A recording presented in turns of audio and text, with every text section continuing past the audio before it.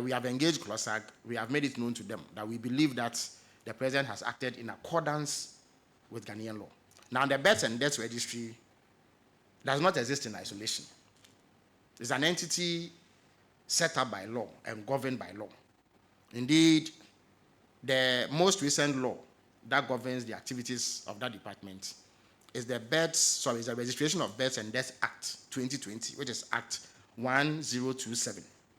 And this act sets out in detail how the activities of that organization are to be conducted.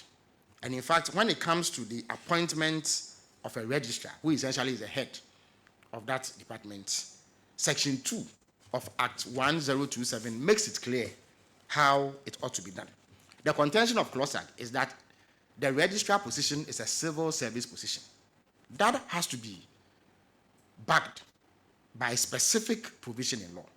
Now, if you read the relevant section of this law, Section 2, which deals with the appointment of the registrar of births and deaths, Section 2.1 says, the registry shall have a registrar of births and deaths. Section 2.2 says, the president shall, in accordance with Article 195 of the Constitution, appoint the registrar. Now, you may seek to inquire what Article 195 says. Article 195 simply gives the president power to make appointments, and in some instances allows him to delegate that power to other entities, individuals, or organizations to do. And in the specific instance of the Births and Deaths Registry, the law governing the operations of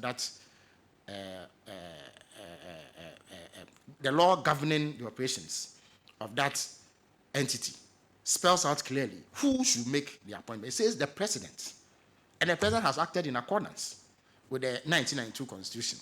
Now, Section 2.3 says, the president shall, in appointing a person as the registrar, have regard to the relevant academic qualification, experience, and knowledge of that person in civil registration. The registrar shall hold office on the terms and conditions specified in the letter of appointment. So, the criteria for that appointment is clearly spelled out in Section 2 of this Act.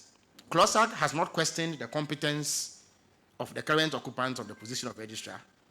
They only say that he is politically exposed. But I have just read the law to you, and you, as journalists, I'm sure, have capacity to dig up this law and read it for yourself. There is no way that it is said that the position ought to be occupied by a civil servant.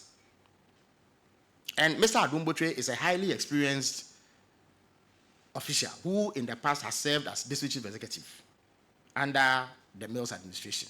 And he has many years of public service experience. And he has requisite academic qualifications to hold that particular position.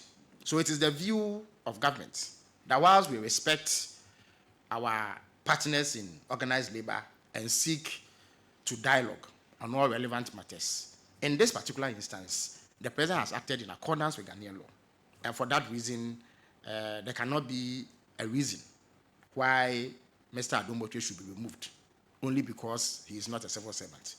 There is no provision that says that the position is reserved for civil servants. If it is the view of CLOGSAG that in the past civil servants have occupied it, it does not mean that any other person, apart from a civil servant, cannot occupy that position. And we need to act strictly in accordance with Ghanaian law.